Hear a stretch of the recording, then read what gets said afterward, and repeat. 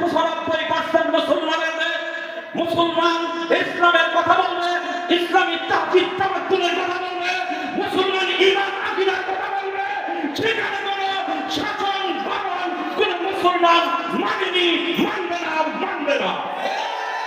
বারবার শুধু তারা দেশে ক্ষমতার মাঝখানে বসে আপনার আমার মূল্যবান সম্পদ একটি সমর্থনকে নিয়ে তাদের দলের, তাদের নিজের পরিবারের স্বতন্ত্র মত আদর্শ বাস্তবায়নের জন্য মাঠে ময়দানে তাদের কার্যক্রম অব্যাহত রেখেছে।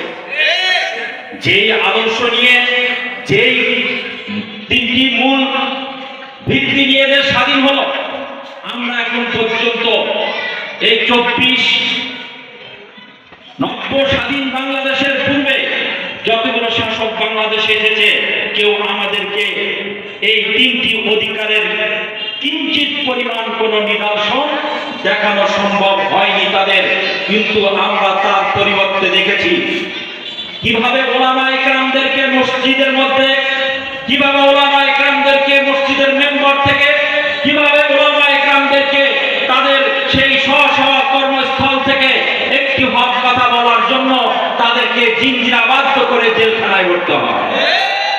আমরা দেখেছি কি, যদি কেউ সরকারের বিরোধিতার কথা বলে তাদের নিয়ে সমালোচনা করে, তাদের বাবা নিয়ে সমালোচনা করে, তাদের আমরা দেখতে পেয়েছি কি তাদের সমালোচনার কারণে বাংলাদেশে তাদেরকে বিভিন্ন ট্যাগ লাগিয়ে, যুদ্ধ অপরাধী অমুক তমুক ট্যাগ লাগিয়ে তাদেরকে জেলে ভরা হয়েছিল। ঠিক কিনা? একের পর এক ক্ষমতায় এসে আপনার আমার ভোট নিয়ে, আপনার আমার সমর্থন নিয়ে আজকে এই বাংলাদেশের সর্বমনা মানুষের সমর্থন নিয়ে বারবার যারা ক্ষমতায় বসেছে, কেউ স্বৈর শাসকের কম নয়। সর্বশেষ স্বৈর শাসক বাংলাদেশে যখন আবির্ভাব ঘটে, তারা প্রথম একটি সেন্টিমেন্ট আপনার আমার সামনে ছুড়ে দেয়, আমরা স্বাধীনতার পক্ষের শক্তি। বাংলাদেশ স্বাধীন হয়েছিল আমাদের নেতৃত্বে। এই স্লোগান দিয়ে দিয়ে বাংলাদেশের প্রত্যেকটা সেক্টরে তাদের নিজের দলীয়করণ করেছিল। ঠিক কিনা বলে? আপনি মসজিদের ইমামতি নিতে যাবেন, আওয়ামী লীগের কোন নেতা আপনার পক্ষে আছে কিনা, সুপারিশ করছে কিনা, যদি সুপারিশ থাকে তাহলে আপনার ইমামতি হবে, নতুবা আপনার ইমামতি এই মসজিদে আর জায়গা নেই। ঠিক কিনা বলে?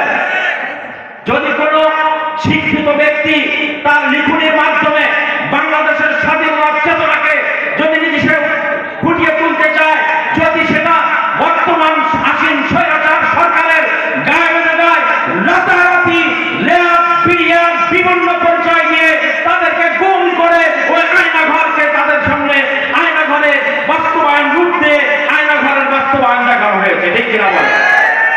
আজকে বাংলাদেশ আমরা স্বাধীন করেছি আয়নাঘর দেখার জন্য নয়, আমরা বাংলাদেশ স্বাধীন করেছি ইসলামের কথা বলতে গেলে আপনার আমার বিভিন্ন প্রকারের ডিজি ভাই, এনএসআই, এমনকি ডিবি পর্যন্ত আমাদের কথা রেকর্ড করবে, এমন সম্ভব না। বাংলাদেশ 95% মুসলমানের দেশ। মুসলমান ইসলামের কথা বলবে, ইসলামী তাওহীদ তামাদ্দুনের কথা বলবে, মুসলমান ঈমান আকীদার কথা বলবে। সেখানে কোনো শাসন ভবন কোন মুসলমান মানেনি, মানবে না।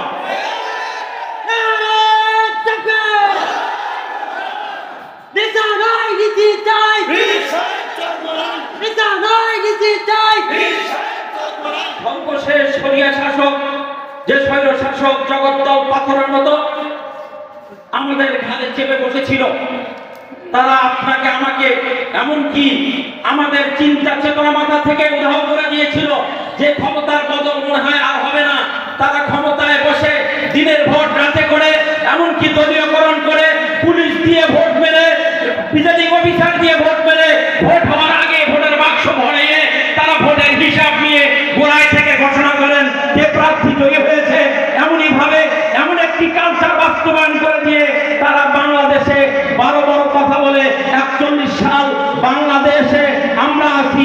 বাংলাদেশ মধ্য আয়ের দেশ থেকে উন্নত আয়ের দেশে আসছে 41 সাল পর্যন্ত যদি আমরা থাকতে পারি, বাংলাদেশ একটি সুখী সমৃদ্ধ দেশ বলে উপনীত হবে, এমন একটু কালো ধোঁয়া আপনারা আমার ছেড়ে দিয়ে তলে তলে প্রত্যেকটা জায়গায় তাদের দলীয়করণ করেছে, ঠিক কিনা বলেন?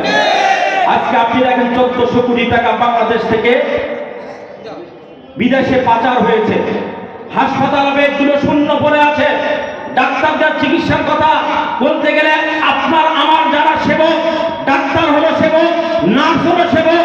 আমরা বিগত 16 বছর দেখেছি, ডাক্তারকে যদি বলা হয় দ্রুত আসেন, আমার রোগী অসুস্থ, হয়তো না কিছুক্ষণ জন্য আপনি আপনার সেবায় আমার রোগীটা সুস্থ হতে পারে, অস্থির হওয়ার দরকার নাই, ওই বাহিনী গিয়ে বসেন, আমাদের সেবক যাবে, ঠিক কিনা বলেন? আজকে প্রত্যেকটা জায়গায় তাদের এমন একটি অবস্থান তৈরি করে দিয়েছিল।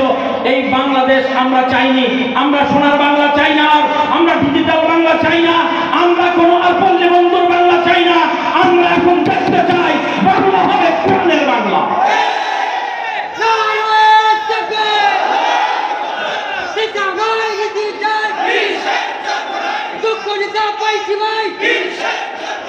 আজকের এই ফুলছড়ি উপজেলার গণসমাবেশ থেকে জনসাধারণদের কাছে একটি মেসেজ জানাতে চাই, আমরা দীর্ঘ 16টি বছর জগদ্দল পাথর যেভাবে আমাদের কাছে চেপে বসেছিল, আবারও আপনারা আমার কাছে এই মানবতার ফেরিওয়ালারা তাদের মুখোশ পরিবর্তন করে, তাদের মুখ চেঞ্জ করে, তারা কেউ বা বিভিন্ন নাম দিয়ে আপনার আমার কাছে আসবে, আবার বলবে আমরা দেশ সুন্দরভাবে চালাবো। মনে রাখবেন, আল্লাহ রাব্বুল আলামিন পৃথিবীর শান্তি একমাত্র নিহিত রেখেছেন ইসলামের মধ্যে। কোন তন্ত্র মন্ত্র দিয়ে জনগণের কল্যাণ আসতে পারে না, কোন গণতন্ত্র দিয়ে ইসলামের কল্যাণ আসতে পারে না। আমরা আগামীতে এই বাংলাদেশ তথা ইসলামী আন্দোলন বাংলাদেশ, আগামীতে ইসলামী আন্দোলন বাংলাদেশের দাওয়াত প্রত্যেকটা ঘরে ঘরে পৌঁছে দেব।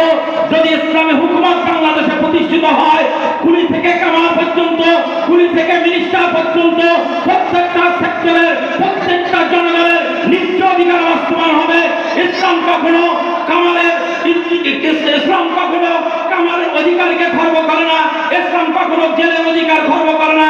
প্রত্যেকের অধিকার বাস্তবায়ন করার জন্য আমাদের রাসূল করিম সাল্লাল্লাহু আলাইহি ওয়াসাল্লাম যেরকম মদিনায় বাস্তবায়ন করেছিলেন, আমরা বাংলাদেশে এমন একটি রাষ্ট্র, কল্যাণময় রাষ্ট্র কায়েম করতে চাই, যার মধ্য দিয়ে সকল মানুষ শান্তিতে বসবাস করবে, যার থাকবে না হানাহানি, থাকবে না মারামারি, যেখানে থাকবে না কারো প্রতি প্রতিহিংসা, যেখানে থাকবে না অস্ত্রের ঝনঝনি, যেখানে কলেজ ভার্সিটিগুলো থাকবে, মা বোনরা নিরাপদ থাকবে, একটা শিশু, একটা অবলা নারী রাস্তা দিয়ে হাঁটবে, কোনো বকাটের চত্বরে তাকাতে সাহস পাবে না, মাল রাস্তায় পড়ে থাকবে, কোনো চোর হাত দিয়ে শুয়ে থাকার সুযোগ পাবে না। এই জন্য সকলকে শপথ নিতে হবে, আর নয় স্বৈরাচার, আর নয় কোন নতুন স্বৈরাচার সরকার, আর নয় কোন তন্ত্র মন্ত্র। এখন হবে বাংলা, কোরআনের বাংলা, এখন হবে বাংলাদেশ, ইসলামী আন্দোলন বাংলাদেশ। এই ফুলছড়ি থেকে সকলকে উদ্যত আহ্বান রাখবো।